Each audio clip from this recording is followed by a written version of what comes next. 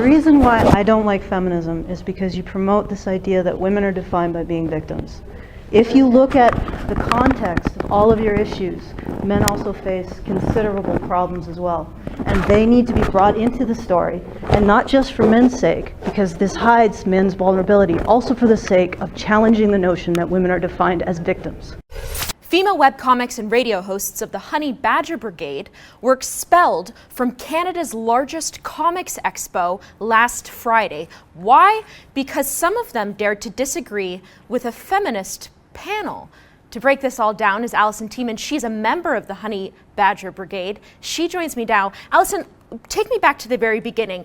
What happened here, and what was it that these feminists in this panel were even discussing that led you to disagree with them? Well, what they said is we'd been listening to them talk about how they felt marginalized by the geek community through some various what I would have considered to be more like social misunderstandings, and then at one point, after I guess a bit of a lull in the discussion, or not the discussion, but in the panelists' speeches, they said, and why do these men's rights activist types have a problem with feminism? And I stood up because I guess I'm used to more of a because I was in student government. When you speak, you stand up. I stood up and I said, would you like me to answer that? And they said, yes, go ahead. And I said, as a men's rights activist, and they indicated they were agreeing with me to allow me to speak. And I then went and said that as a men's rights activist, the reason why I dislike feminism is because it encourages women to view themselves as victims in situations where men are also experiencing marginalization and also have vulnerabilities, and that doesn't just encourage not seeing the vulnerabilities of men, because women are seen as being more affected by these things. Okay. It doesn't just encourage ignoring the vulnerabilities of men in these situations. It also creates this idea that women are defined by being victims. What does feminism, first of all, have to do with the Comics Expo? Where does this even tie into? Where did these two tie into one another? I believe they tie, well, first of all, the Mary Sue editor, the Mary Sue is a feminist publication, and they did put on the costume contest. How does feminism tie into comics? Yeah, why was this panel even going on in the first place? You would have to ask them how it ties in. Okay. I could hazard a guess, but it would be just my opinion. Okay, well, we'll move beyond that question. So is this about censorship in your mind? Do you feel that because you disagreed with what these feminist panelists were arguing, therefore you were forced to leave? Because you and your group are actually quite well known for your sort of radical feminist views and for your standing up for men's rights. So do you think that these people knew about you in advance, or was it because you had finally stood up and started disagreeing with what these feminists had to say? Is it censorship? What is this really about, in your opinion? In my opinion, well, first of all, I am possibly, like, of all the people we don't agree with each other. So you can't really readily label us one thing. Some of us are egalitarians. Some of us, we even have feminists who've taken part in Honey Badger Radio. I mean, we're across the spectrum. We are against censorship, and we are against silencing people, if they're even conservatives and even Christians. We're against silencing, like, anybody.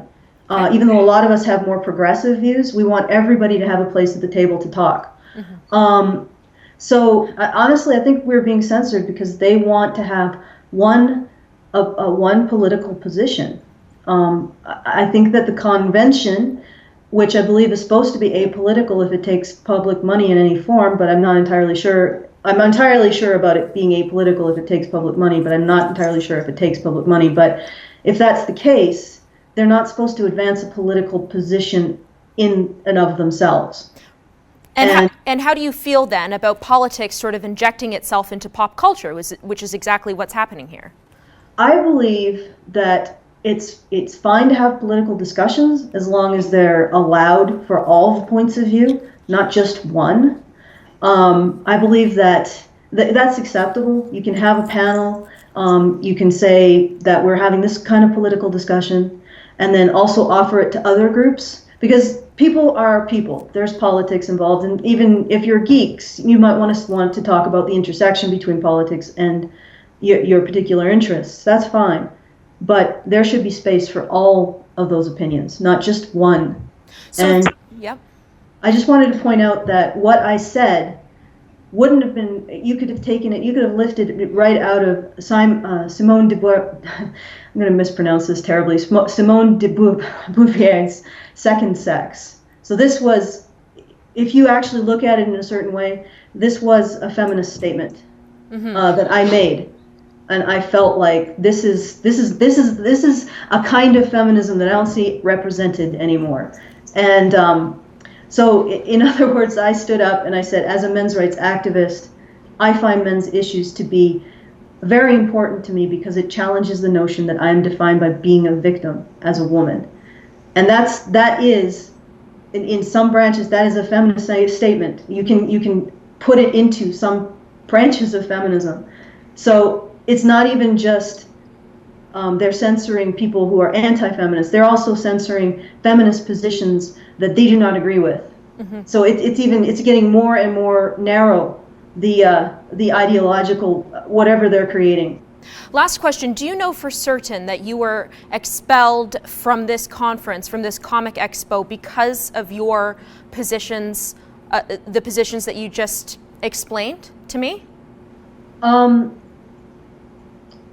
I know for certain that every single accusation that they made against us, we have evidence that is false. We went to the panel, and you could say that I was perhaps presumptuous for speaking out of turn. But that might be like you take someone aside and say, hey, that's a little bit impolite. Maybe I think that's as far as you can go with that. I didn't harass anyone by, I think, any legitimate definition of harassment. And when the video comes out, you'll see that my friend, Sage Gerard, waited he had his hand up, he was following procedure to speak, and he waited while other people were simply shouting out at the panel, whatever they had wanted to say. So, I would say that accusation isn't supported by the evidence. The accusation that we infiltrated the con isn't supported, that we hid ourselves and infiltrated the con isn't supported by the evidence. They knew when we walked through that doors who we were, because they had printed up Honey Badger Brigade badges and a banner in our booth, and we were also on the program book, and we have evidence of all of that. So that allegation doesn't really stand. The idea that we were there to disrupt panels, well, we would have done something more than ask questions, politely request to see if they made a direct question to the group that we belong to, politely request, hey, do you want me to answer that? We're part of that group. And then, when we're done, and we had a bit of back and forth after that, but then what was done, and it was polite back and forth. In fact, they agreed with some of what I had to say, which I hope they would as feminists. Alison, it sounds to me like because you disagreed with this feminist group, they wanted to silence you, and it's shocking that the members of this convention would actually go ahead and kick you out of this convention because you had some opposing view. Now, this is my actual last question to you. What has the reaction been like thus far, based on everything you've seen online? Because I saw this blow up over the weekend. Okay, well, the reaction has been polarized. Gamergate has been very supportive. The men's rights community have been very supportive. I think there's some more progressive leaning, which we are also, so it's really ironic, but they have been supportive just because they don't want to see the censorship happen. We found that conservative media is more open to our opinion. And then if you look at the feminists, we're essentially, like the second coming of Satan. I personally, by standing up as a woman and voicing my opinion, I'm a harasser and a bigot, and I'm trying to silence other women. So, it's very divided. All right. Alison, thank you so much for joining me. We'll be staying on top of this, and feel free to come back. We loved having you. Thanks so much. Oh, thank you. Bye.